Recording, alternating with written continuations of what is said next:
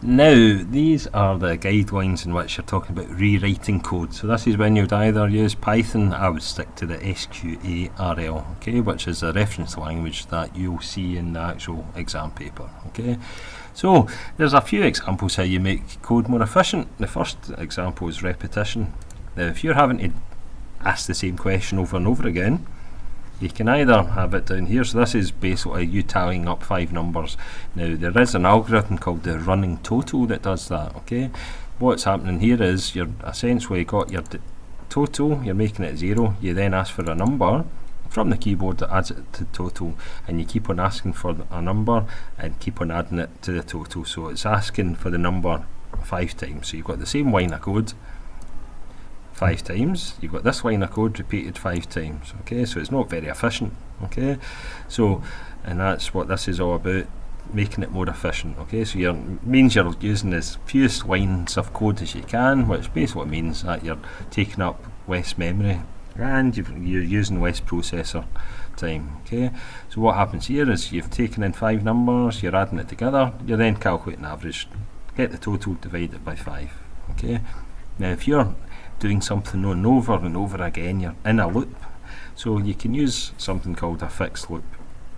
So what happens here is you're still declaring your total, and this one is 0, and you just repeat it the number of times that you're wanting to ask the question. So if I wanted to ask the same, get a number 5 times, I'd just say repeat 5 times, receive number from keyboard, and then set total to total plus number. Okay, so you'll see that this is just written once, okay, but you're saying repeat 5 times, so you're actually repeating these same 2 lines of code 5 times. You then, once you've done it 5 times, you then end repeat, and then you set average just to the total, divide by 5. Okay, so that's one way of doing it, and that's, again, that's a running total.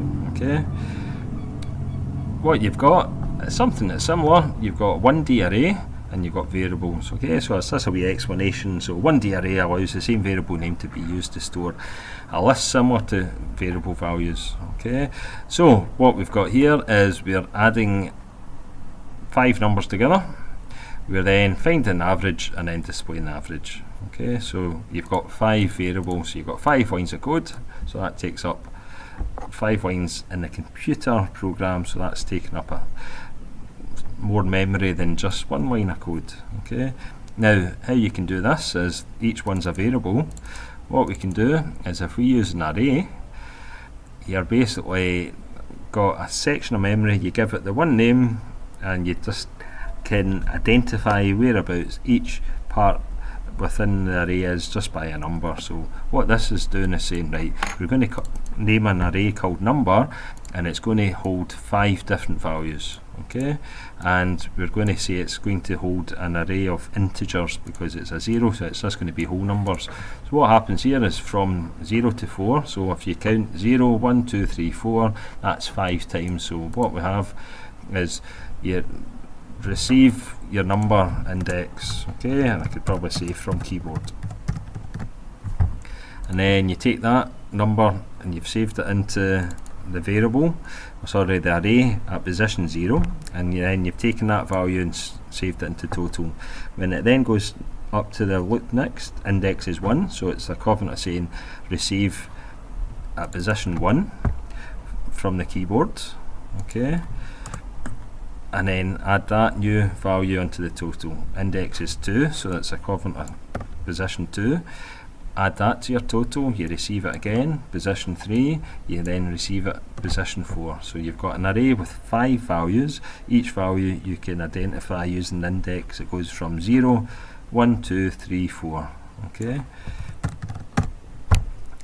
and you've then come out once you've gone through it 5 times, and then you can calculate the average and then display the average. Okay, so again it's a running total, but this time using an array. Right, so instead of 5 lines, okay, you're just receiving it using 1 line, and you're filling up this array. You'd have to look at your notes just for a wee kind of graphic representation of what an array looks like. Okay, but that's something that they're wanting you to be able to make code more efficient. Okay, so you're making it more efficient here generally by using fixed loops. So if you know the number of times you want to ask a question, that's how many times you want to set the loop to. Okay.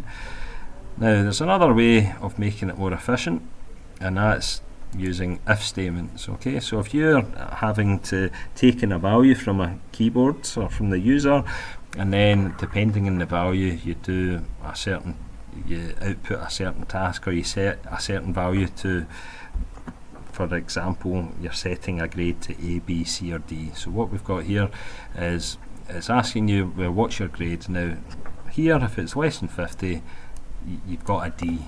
If it's between 50 and 59, you've got a C, etc. Okay. Now, what happens here is if it's less than 50, say you've got 49, you get given a D. It then checks 49 against these conditions. Okay, so every condition here, it checks 49 against it, which isn't very efficient, because if 49 is less than 50, as soon as it's set it to D, you would really want it not to bother checking these other conditions, because it's not very efficient. So the program always carries out 4 comparisons regardless of the value stored.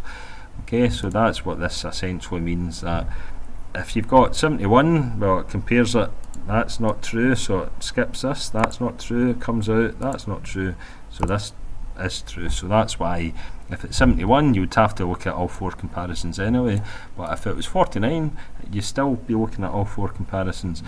A different way of doing it is using nested diffs. Now in Python, and sometimes when we've been looking at coding it, we've been using elif. Okay, so it's the same thing.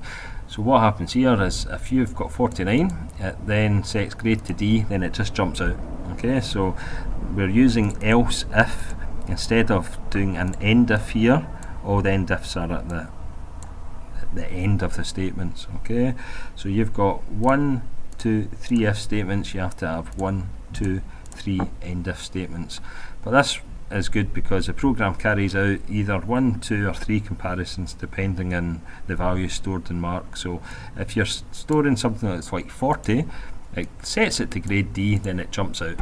Okay, and that, I think that is all to do with making it more efficient. Okay, so you either put it into loops, okay, in terms of a fixed loop. You either use an array instead of variables, okay, and again you need to know how to fill up an array and display the array, but again it's using fixed loops. Or you either use elif or nested if statements instead of separate if statements. Okay, so, and again this is something I would be look over your notes and have a wee look just to see what the difference is between a variable and an array, and there's plenty of stuff in your notes, no doubt, and there's plenty of wee videos on YouTube.